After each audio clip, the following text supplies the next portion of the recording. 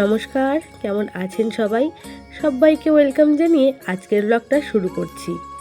নতুন দিন, নতুন সকাল, টানা 2 থেকে 3 দিন বৃষ্টি হওয়ার পর কিন্তু আজকে আকাশের মুখ উজ্জ্বল। এদিকে আমার বাগানের লিলিগুলোও কিন্তু খুব সুন্দর করে ফুটে উঠেছে। সারা বছর এদের দেখা না মিললেও বর্ষার এই কদিন কিন্তু একদমই নিরাশ করে না। সকাল সকাল চলে এসেছে সবজি মাসি। আজকে আর বাজার যায়নি, মাসির থেকেই সবজি কিনে নেব। অনেক দূর থেকে যেহেতু এসেছে, এসে ক্লান্ত হয়ে পড়েছে। আগে জল চেয়ে নিলে মাসি তাই জল খেয়ে নিল। সবজিতে অনেক কিছুই রয়েছে, পেঁপে, উচ্ছে, পটল, টমেটো, ওলকচু। আমাদের যা যা প্রয়োজন মাসির থেকে এখান থেকেই নিয়ে নেব। তবে এখন বাজারে সবজি মূল্য কিন্তু আকাশচড়া দাম। তার মধ্যেও মধ্যবিত্ত সংসারে কিন্তু আমাদের মানিয়ে গুছিয়ে নিয়ে চলতে হবে। জীবনে অনেক কঠিন পরিস্থিতি আসবে, তা বলে থমকে গেলে কিন্তু চলবে না। সেই পরিস্থিতিগুলোকে দূরে সরিয়ে রেখে এগিয়ে যেতে হবে, না হলে কিন্তু জীবনে অনেকটাই পিছিয়ে পড়তে হবে। তো এখানে মাসির সঙ্গে দিদিভাইও রয়েছে, তো যা যা সবজি প্রয়োজন সেগুলো নিয়ে নিলাম। চলে আসলাম রান্নাঘরে। আজকে সকালের টিফিনে বানাবো আলুর পরোটা, আর তার সঙ্গে দুপুরের বাজারও হয়ে গেছে। আজ হবে চিকেন রান্না, তো চিকেনটাকে ধুয়ে সাইডে রেখে দিয়েছি।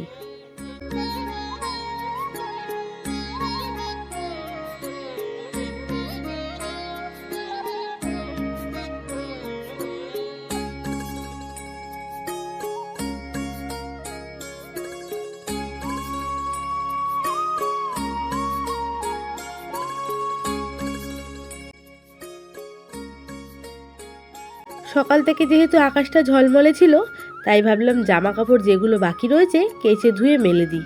3 দিন যেহেতু বৃষ্টি হয়েছে, তার ফলে কিন্তু জামা কাপড় কিচ্ছু কাচা ধোয়া একদমই করা হয়নি।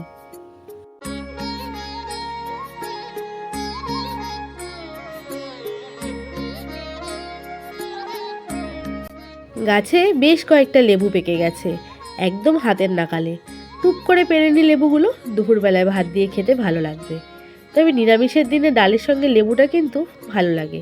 তোমরা যদি বন্ধুরা আমার বাড়ির কাছাকাছি থাকতে, তোমাদেরকে এই লেবু অবশ্যই খাওয়াতাম।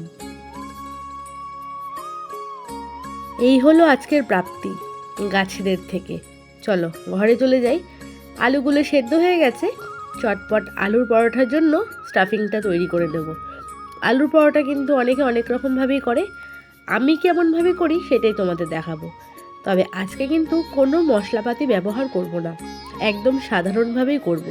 পেঁয়াজ, লঙ্কা আর নুন, মশলা বলতে এর মধ্যে এইটুকুই আমি দেব।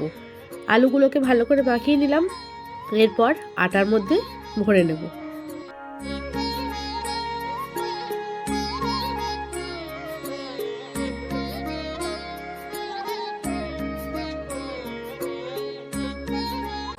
আমি যেইভাবে আলুর পরোটা তোমাদেরকে বেলে দেখাচ্ছি, তোমরা একবার অবশ্যই ট্রাই করে দেখো। পরোটা বেলার সময় কিন্তু একদমই ফেটে আলু বেরিয়ে যাবে না। তবে একটা কথা সবসময় মনে রাখবে, পরোটা যে কোনো স্টাফিং পরোটা করতে গেলে কিন্তু আটার যে ডোটা থাকে সেটাকে একটু নরম করে মাখতে হয়, তাহলে সুন্দর করে বেলা হয়ে যায় আর ফেটে ভেতরের স্টাফিংগুলো কিন্তু বাইরেও বেরিয়ে আসবে না।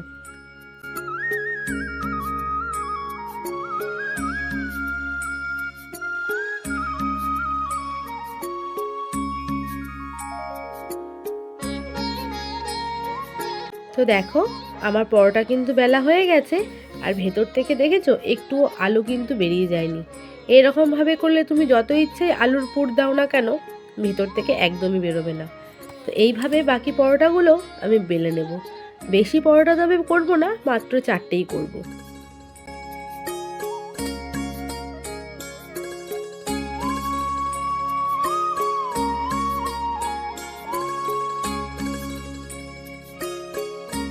রান্নাঘরে আজকে চাটুটা খুঁজে পেলাম না, হয়তো কোনো বাসনের নিচে চাপা পড়ে গেছে। তাই হাতের নাগালে কড়াইটা ছিল, ননস্টিকের কড়াইটার মধ্যেই পরোটাগুলো ছেঁকে নিলাম। কড়াইতেও কিন্তু রুটি বা পরোটা বেশ ভালোই হয়। কারা কারা তোমরা এই পদ্ধতিটা অবলম্বন করো অবশ্যই কমেন্টে একবার জানিও।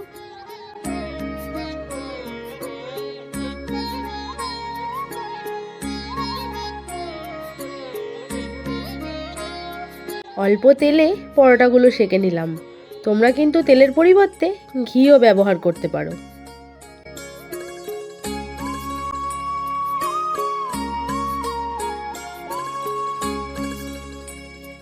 খাওয়া দাওয়াটা করে নিই। তবে আজকে কোনো তরকারি করিনি, টমেটো সস দিয়েই খাবো। পরোটা কিন্তু আচার বা সস দিয়ে খেতেই বেশি ভালো লাগে।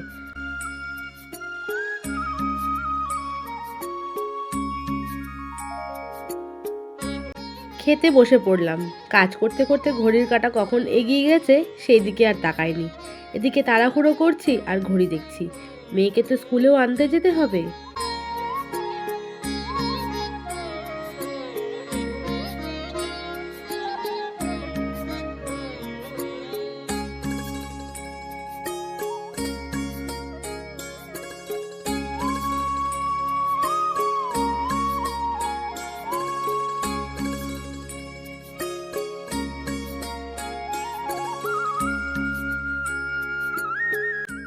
মেয়েকে স্কুল থেকে আনতে আজ অন্য রাস্তা দিয়ে যাচ্ছি।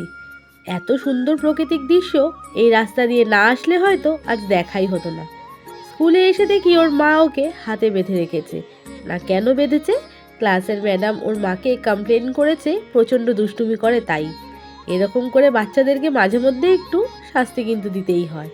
তো মেয়ে বেরিয়ে গেছে স্কুল থেকে আর দৌড় দিয়ে ছুটে পালালো টোটোর দিকে।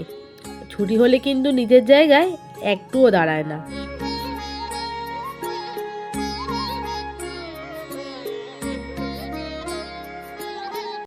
চলে আসছে বাকি বন্ধুরাও, আর বেরোনোর সঙ্গে সঙ্গেই কিন্তু নালিশের ঝুলি নিয়ে বেরিয়েছে। আজকে ওর বাড়িতে খবর আছে। উঠে পড়েছি টোটোতে। এই হচ্ছে আমার মেয়ে আর তার বেস্ট ফ্রেন্ড, তোমরা তো অনেকেই জানো। দুইজনে মিলে যাচ্ছে। তবে আজ গিনির কিন্তু একটু শরীরটা খারাপ, মাথা যন্ত্রণা করছে, তাই চুপচাপ রয়েছে, ওর কথা শোনাতে পারলাম না। বাড়ি এসে জামা কাপড়টা কোনো মতে ছেড়ে রান্না চাপিয়ে দিয়েছি। মেয়ে যেহেতু চিকেন হয়েছে, আজ কিন্তু ওর তাড়াতাড়ি খিদে পেয়ে গেছে। আলুখানা ভেজে নিলাম, নিয়ে ফোড়ন দিয়ে নিলাম। আমাদের বাড়িতে কিন্তু চিকেন হলে খুব একটা বেশি রান্না করতে হয় না। দিদিভাই যেহেতু বাড়িতে নেই, তাই রান্নাটা আজকে আমাকেই করতে হলো। দিদিভাই থাকলে হয়তো করেই রাখতো। এদিকে মশলাটাও কিন্তু করা হয়নি, সমস্ত জোগাড়জান্তি করে চলে গেছিলাম স্কুল থেকে আনতে। তো মশলাটা করে নিই, ততক্ষণ তোমরা একটু দেখো।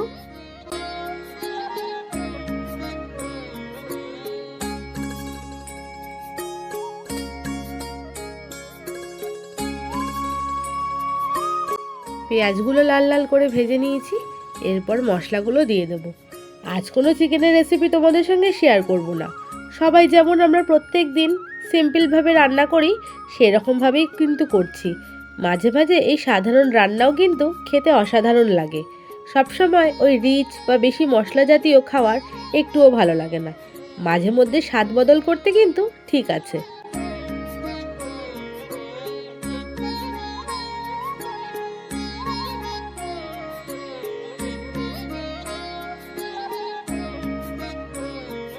আজ চিকেনের মধ্যে বেশ অনেকগুলো কাঁচা লঙ্কা বেটে দিয়েছি, তাই ঝাল লঙ্কা আর দেবো না। সামান্য কাশ্মীরি লঙ্কা রঙের জন্য। নুন, বাকি মশলাপাতিও সব দিয়ে দিলাম। এবার মশলাগুলোকে কষে এর ওপরেই আজকে চিকেন দিয়ে দেবো। আজকে চিকেনগুলোকে ম্যারিনেট করার কিন্তু একটুও সময় পাইনি। আর পেঁয়াজ বাটার এত ঝাঁজ যে মশলাটা আমি কড়াইতে দিয়েছি, ওই ঝাঁজের গন্ধেই কিন্তু আমার হাঁচি হয়ে গেল। তো বন্ধুরা, চিকেনটা দেখো দিয়ে দিয়েছি, এবার কষিয়ে নেব। ঢাকা দিয়ে কষালেই কিন্তু চিকেন তৈরি হয়ে যাবে। চিকেন দিয়ে আলু দিয়ে সমস্ত রকম মশলা দিয়ে সুন্দর করে কষানো হয়ে গেছে। আর একপাশে জল গরম করতে দিয়েছি। চিকেনের মধ্যে জলটা গরম করে দিলে চিকেনের ঝোলের স্বাদটা কিন্তু বেশ ভালোই লাগে। তো আজ চিকেনের পাতলা ঝোলই করব। এই ঝোলটা আমার মেয়ে কিন্তু বাটি করে একটু চেটে খেতে বেশ ভালোই বাসে। ছোটোবেলায় আমিও কিন্তু মা যখনই মাংস রান্না করতো, বাড়ি নিয়ে গিয়ে দাঁড়িয়ে পড়তাম এক পিস কষা মাংস খাওয়ার জন্য। আমার মেয়েও কিন্তু তবে খায়। ওর মধ্যে আমি আমার সেই ছোটোবেলার সব জিনিসগুলো কিন্তু ফিরে পেয়েছি। সত্যি, মেয়েকে মানুষ করছি আর নিজের ছোটোবেলাগুলোকেও যেন উপলব্ধি করছি। তো বন্ধু, মাংস রান্না কমপ্লিট হয়ে গেছে। মেয়েকে নিয়ে খেতে বসে পড়েছি। বাড়ির সমস্ত মানুষজন কিন্তু ওরাও খাওয়া দাওয়া করছে। আর আজকে রান্না করেছিলাম, এটা হচ্ছে কালকে ডাল সেদ্ধ।